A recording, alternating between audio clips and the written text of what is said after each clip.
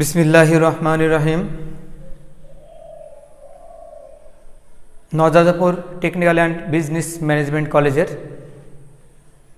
দ্বাদশ শ্রেণীর শিক্ষার্থীবৃন্দ, তোমাদেরকে অত্র কলেজ এবং আমার পক্ষ থেকে আন্তরিক প্রীতি ও শুভেচ্ছা। কেমন আছো সবাই? ভালো আছো, তাই না? আর ভালো থাকাটাই স্বাভাবিক, কারণ দীর্ঘদিন পড়াশোনা নেই, কলেজে আসা নেই, শুধু বসে থাকা আর বসে থাকা, তাই না? একাদশ শ্রেণী তোমরা শেষ করেছো, এখন দ্বাদশ শ্রেণীতে উত্তীর্ণ হয়েছ। তাই যত বড় হবে তোমার দায়িত্ব তত বেড়ে যাবে। আজিকার শিশু আগামী দিনের কি বাবা, পিতা। তাই তোমরা যত ছোট ছিলে দায়িত্ববোধ কম ছিল, যত বড় হচ্ছ তত তোমাদের দায়িত্ববোধের সৃষ্টি হচ্ছে। তাই তোমরা একাদশ থেকে দ্বাদশে উত্তীর্ণ হয়েছ, এই বলেই এই নয় যে লেখাপড়ার ভিতরে আমরা থাকব না। আমাকে তো সবাই চেনো, যেহেতু প্রায় একটি বছর তোমাদের একাদশ শ্রেণীতে আমি ক্লাস নিয়েছি, আবার দ্বাদশেও আমি তোমাদের সাথে থাকবো ইনশাল্লাহ। তারপরও আমার নামটা যদি তোমরা এক বছরে ভুলে যাও, আমি আবার স্মরণ করাইয়ে দিই। আমি মোহাম্মদ সরওয়ার উদ্দিন খান, সহকারী অধ্যাপক, ব্যবস্থাপনা, Naodapur technical and business management college, Mirpur, Kushtia. Okay. Online class, এই অনলাইন ক্লাসেই তোমাদের আমরা আশা করি সব কিছু বোঝাতে সচেষ্ট হব। তোমরা যদি যত্ন সহকারে, গুরুত্ব সহকারে আমাদের এই ক্লাসগুলো তোমরা দেখো, তাহলে আমার মনে হয় না তোমরা কোনো দিক থেকে পিছিয়ে পড়বে। বর্তমান সরকারকে অত্যন্তভাবে আমরা ধন্যবাদ জানাই এই অনলাইনের ক্লাসের ব্যবস্থা করার জন্য। এতে শুধু ছাত্রদেরই উপকার হচ্ছে না, আমাদেরও হচ্ছে। কারণ আমরাও দীর্ঘ কয়েকটি মাস বাসায় বসে থেকে আমাদের ভিতরে অনেক অসুখের সৃষ্টি হয়েছে। মানুষ কর্মের ভিতর থাকতে হবে। কর্ম আমাকে আমার সুপথ দেখাইয়ে দেবে। কর্মের ভিতরে থাকলে তোমার অন্যান্য চিন্তা ভাবনা আসে না, তাই না? তাই অবশ্যই তোমাদের কাজ লেখাপড়া করা, আর আমাদের কাজ তোমাদের লেখাপড়া যাতে সুন্দরভাবে পরিচালিত হয়, করতে পারো সেই ব্যবস্থা করো।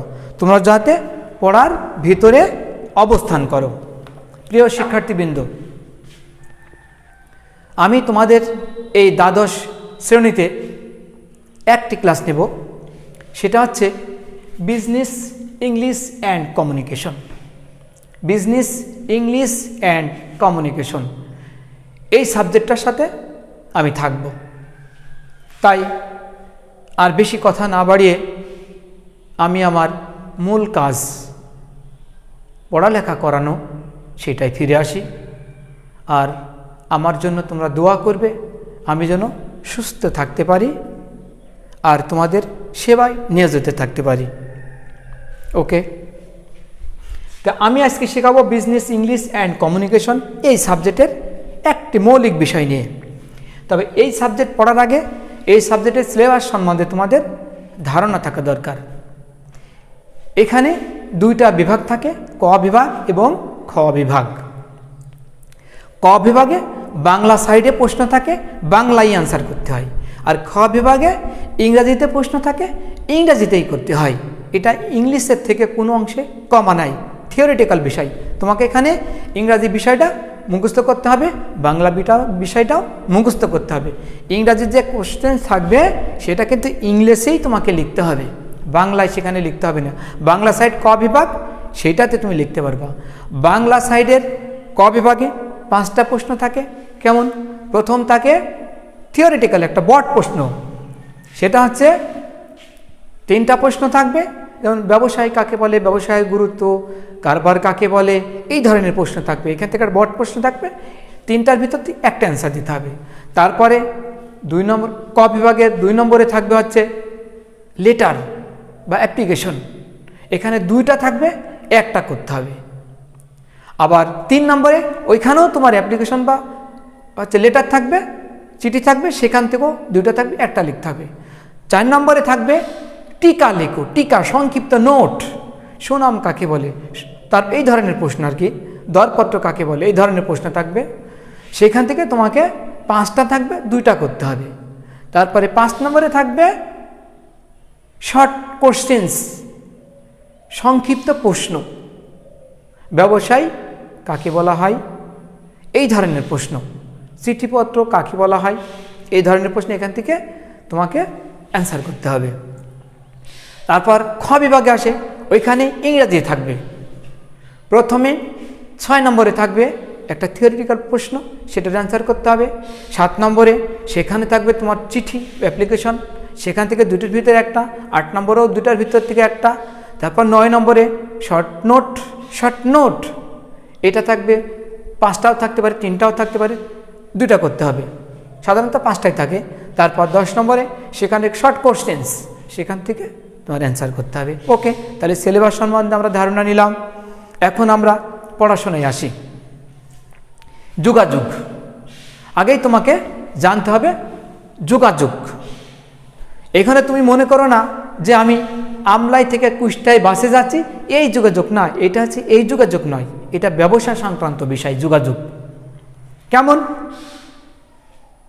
এই যে আমি তোমাকে প্রশ্ন করছি, তুমি অ্যান্সার দিচ্ছ, তাই না? আমি তোমাকে প্রশ্ন করলাম, তুমি অ্যান্সার দিলে, এইটা যোগাযোগ। এই যোগাযোগ শ্রমিক কর্মচারী সাথে মালিক শ্রমিক, এদের সাথে তথ্য যে আদান প্রদান হয়, তথ্য, যে কোনো একটা তথ্য কথাবার্তার মাধ্যমে যে যোগাযোগ হয়। আমি তোমাকে বললাম কেমন আছো, তুমি বললে ভালো আছো, এই যে তোমার মধ্যে আমার যে যা যোগাযোগটা হলো, এইটা হচ্ছে এই যোগাযোগ। ওকে, বাসে, রিক্সায়, মোটরসাইকেলে এই যে গেলে, এটা এই যোগাযোগ নয়, এটা হচ্ছে ব্যক্তির সাথে ব্যক্তির কথাবার্তার বিষয় নিয়ে যে আলাপ আলোচনা হয়, সেটা হচ্ছে এই যোগাযোগ। ওকে, তাহলে এটার ইংরেজি কি বলি আমরা? Business English and communication. Business English and communication এই সাবজেক্টের নাম। কমিউনিকেশন মানে যোগাযোগ, COMMUNICATION, কমিউনিকেশন। মনে রাখবা কমিউনিকেশন বানানটা। যাই হোক, আমি আজকে তোমার যোগাযোগ কাকে বলে, যোগাযোগ কি, যোগাযোগের বৈশিষ্ট্য, এই প্রশ্নগুলো নিয়ে আমি আলোচনা করব। পয়লাই যোগাযোগের ইতিহাস সম্বন্ধে আমাদের জানা দরকার, যে যোগাযোগ কোন শব্দ থেকে আসছে। কমিউনিকেশন শব্দটির উৎপত্তি ইংরেজি কমিউনিকেশন, যার প্রতিশব্দ হচ্ছে যোগাযোগ। কমিউনিকেশন শব্দটি ল্যাটিন কমিউনিস, COMMUNIS, কমিউনিস শব্দ হতে এসেছে। ওকে, তাহলে এটা কোথায় থেকে এসেছে? ল্যাটিন শব্দ কমিউনিস থেকে এসেছে। এর আবিধানিক অর্থ হচ্ছে কমিউনিকেশন। আবার একে আমরা কমন হিসাবে আখ্যায়িত করতে পারি। কমন মানে কি? কমন প্রশ্ন মানে সাধারণ, কমন মানে সাধারণ। এই অর্থে যোগাযোগ বলতে কমিউনিস প্রতিষ্ঠা, অর্থাৎ একে অন্যের সাথে সাধারণ বোঝাপড়াকে বোঝায়। অর্থাৎ তোমার সাথে আমার যে বোঝাপড়া কথাবার্তার মাধ্যমে, এটাকেই আমরা যোগাযোগ বলবো। আবার কেউ কেউ মনে করেন কমিউনিকেশন শব্দটি প্রাচীন ফরাসি কমুনার থেকে এসেছে। কমুনার শব্দের অর্থ টু শেয়ার বা অংশগ্রহণ করা। টু শেয়ার, শেয়ার মানে অংশগ্রহণ করা। অর্থগত দিক থেকে যোগাযোগ বলতে 2 বা ততোধিক ব্যক্তির কোনো বিশেষ বিষয়ে অংশগ্রহণ করাকে বোঝায়। ওকে, তাহলে যোগাযোগটা আমরা কাকে বলে সেটা শিখলাম, যে 2 বা ততোধিক ব্যক্তির মধ্যে তথ্যর আদান প্রদান সংক্রান্ত বিষয় নিয়ে যে যোগাযোগ স্থাপন করা হয় তাকে আমরা যোগাযোগ বলবো। ওকে, এবার আমি প্রশ্নে আসব, ব্যবসায় যোগাযোগ কাকে বলা হয়? ব্যবসায় যোগাযোগ, ওটা ছিল যোগাযোগ, আর এটা হলো ব্যবসায় কারবার যোগাযোগ কাকে বলা হয়? ব্যবসা সংক্রান্ত বিষয় নিয়ে এক পক্ষ আর এক পক্ষের সাথে বা দুই বা ততোধিক ব্যক্তির মধ্যে যে তথ্যের আদান প্রদান হয় তাকে আমরা ব্যবসায় যোগাযোগ বলবো। ওকে, এখানে কিছু লেখকের সংজ্ঞা আমি দিতে পারি। এই যেমন এখানে নিউম্যান অ্যান্ড সামারের মতে দুই বা ততোধিক ব্যক্তির মধ্যে তত্ত্ব, ভাব, অভিমত বা আবেগ, অনুভূতির বিনিময় প্রক্রিয়াই হলো যোগাযোগ। কি বলল? নিউম্যান অ্যান্ড সামার বলেছেন দুই বা ততোধিক ব্যক্তির মধ্যে তথ্য, ভাব, অভিমত বা আবেগ, অনুভূতির বিনিময় প্রক্রিয়াই হলো যোগাযোগ। ওকে, আরেকজনের বলি, আরেকজন বলছে মার্ফি অ্যান্ড প্যাক এর মতে দুই বা ততোধিক ব্যক্তির মধ্যে তত্ত্ব, ভাব, অভিমত কিংবা আবেগ, অনুভূতির বিনিময় আদান প্রদানকে বোঝায়। ওকে, তাহলে আমরা দুইজন লেখকের সংজ্ঞা নিলাম যে যোগাযোগ কাকে বলা হয়। পরিশেষে আমরা কি বলতে পারি? যোগাযোগ হলো মানব মনের ইচ্ছা বা অনিচ্ছার বহিঃপ্রকাশ, অর্থাৎ মানুষের ইচ্ছা বা অনিচ্ছার তোমার ভিতর দিয়ে একটা বহিঃপ্রকাশ ঘটবে, এইটাকে আমরা যোগাযোগ বলবো। ওকে, দুইটা প্রশ্ন আমার গেল। যোগাযোগ কি, এর উৎপত্তি কোথায় থেকে হয়েছে, যোগাযোগ, ব্যবসায় যোগাযোগ বা কারবার যোগাযোগ কাকে বলে, সেটা আমরা শিখলাম। এখন আমি আসি, তোমরা প্রশ্নে লিখে নাও, যোগাযোগের বৈশিষ্ট্যসমূহ আলোচনা করো। যোগাযোগের বৈশিষ্ট্যসমূহ আলোচনা করো, কারণ প্রত্যেকটা জিনিসের বৈশিষ্ট্য থাকবেই, তাই না? যেমন একটি গরুর রচনা লিখতে গেলে আমরা সেই গরুর রচনার গরুর বৈশিষ্ট্য লিখি। কি কি লিখি? গরুর দুইটা পা আছে, দুইটা পা না, চারটা পা আছে, দুইটা কান আছে, দুইটা চোখ আছে, একটি লেজ আছে, তাই না? এটা দেখলে কি বুঝি আমরা? গরু আছে, গরু বোঝায় এখানে, তাই না? তেমনি যোগাযোগের বৈশিষ্ট্য আছে, যে বৈশিষ্ট্যগুলো দেখলে আমরা বুঝতে পারবো এটা যোগাযোগের বৈশিষ্ট্য। ওকে, তাহলে এর বৈশিষ্ট্যগুলো কি আমরা দেখি। পয়লা হচ্ছে যোগাযোগ তোমাকে স্থাপন করতে হলে পয়লা কী করতে হবে? পরিকল্পনা। পরিকল্পনা কি? আমি আগামী দিন কি করব, কখন করব, কার দ্বারা করব, এর অগ্রিম চিন্তা ভাবনাকেই পরিকল্পনা বলা হয়। তাই আমি তোমার সাথে যে কথাবার্তা বলবো আগে থেকে আমি কি একটু চিন্তা ভাবনা করে নেব, তাই না? এই চিন্তা ভাবনা করাটাই পরিকল্পনা। এরপরে ছিল কি? নির্দিষ্ট উদ্দেশ্য। অবশ্যই আমার একটি উদ্দেশ্য ছাড়া আমি কোনো কাজে সফলকামী হতে পারবো না। তাই আমাকে অবশ্যই আমার যোগাযোগের ক্ষেত্রে আমার উদ্দেশ্য নির্ধারণ করে নিতে বা উদ্দেশ্য ঠিক করে নিতে হবে, তাই না প্রিয় শিক্ষার্থীবৃন্দ? তারপরে আমার আছে কি? সময় বিবেচনা। যোগাযোগ করতে হলে আমাকে সময় বিবেচনা করতে হবে। সময়টা কেমন? সময় সম্বন্ধে আমরা সবাই সচেতন। একটি নির্দিষ্ট সময়ে কোনো একটি নির্দিষ্ট উদ্দেশ্য হাসিলের জন্য বার্তা প্রেরণ করা হয়ে থাকে। উক্ত নির্দিষ্ট সময় যদি বার্তা কি? এই যে আমি তোমার কাছে পাঠাচ্ছি, এটা হচ্ছে বার্তা, কথাবার্তা দিচ্ছি, প্রেরণ করা না হয় তবে যোগাযোগের উদ্দেশ্য ব্যাহত হয়। তাই যোগাযোগকারীকে যোগাযোগের সময় বিবেচনা করতে হবে। অবশ্যই সময়কে যদি তুমি সঠিক মূল্য না দাও তুমি জীবনে সফলকামী হতে পারবে না। তাই সময় যোগাযোগের একটি বিশেষ বৈশিষ্ট্য। ওকে, এরপরে কি? সংক্ষিপ্ততা। আমি যোগাযোগ করব সেটা সংক্ষিপ্তভাবে করব। বেশি সময় ধরে যদি আমি যোগাযোগ করি তাহলে আমার কী হবে? অন্যান্য দিকের কাজ কাম পড়ে থাকবে, আমি ব্যবসায়িক ক্ষেত্রে সফলতা অর্জন করতে পারবো না। তাই বলছে আদর্শ যোগাযোগের আরেকটি অপরিহার্য বৈশিষ্ট্য হলো বক্তব্যের সংক্ষিপ্ততা, তাই না? তাহলে আমি তোমার সাথে যে কথাবার্তা বলবো সেটা আমি সংক্ষিপ্তভাবে বলবো, অল্প কথায় তুমি যদি সেটা বুঝে নিতে পারো তাহলে আমি যোগাযোগের ক্ষেত্রে সফল কাম অর্জন করতে পারবো। এরপরে ছিল সম্পূর্ণতা। অবশ্যই এটা সংক্ষিপ্ততা যোগাযোগের আরেকটি বিশেষ বৈশিষ্ট্য। তারপরে ছিল আমার কি? সম্পূর্ণতা। যে আমি তোমার সাথে যোগাযোগ করব সেটা আমাকে ফিনিশ করতে হবে। যদি তোমার সাথে আমি কথা বলতে বলতে বা তথ্য দিতে দিতে মাঝখানে যে থেমে যাই তাহলে আমি কি বলতে চাইলাম তুমি তো সেটা বুঝতে পারলে না, তাহলে কি তোমার যোগাযোগ সফলকাম হবে? সফল যোগাযোগ কাকে বলা হয়? যে আমি তোমার কাছে প্রশ্ন করব, তখন তারপর তুমি যখন এটার উত্তর দিবে তখন তাকে আমরা সফল যোগাযোগ বলবো। আর যদি তুমি অ্যান্সার না করো তাহলে আমরাকে সফল যোগাযোগ বলবো না, তাই না? তারপর কি আছে? নির্ভুলতা।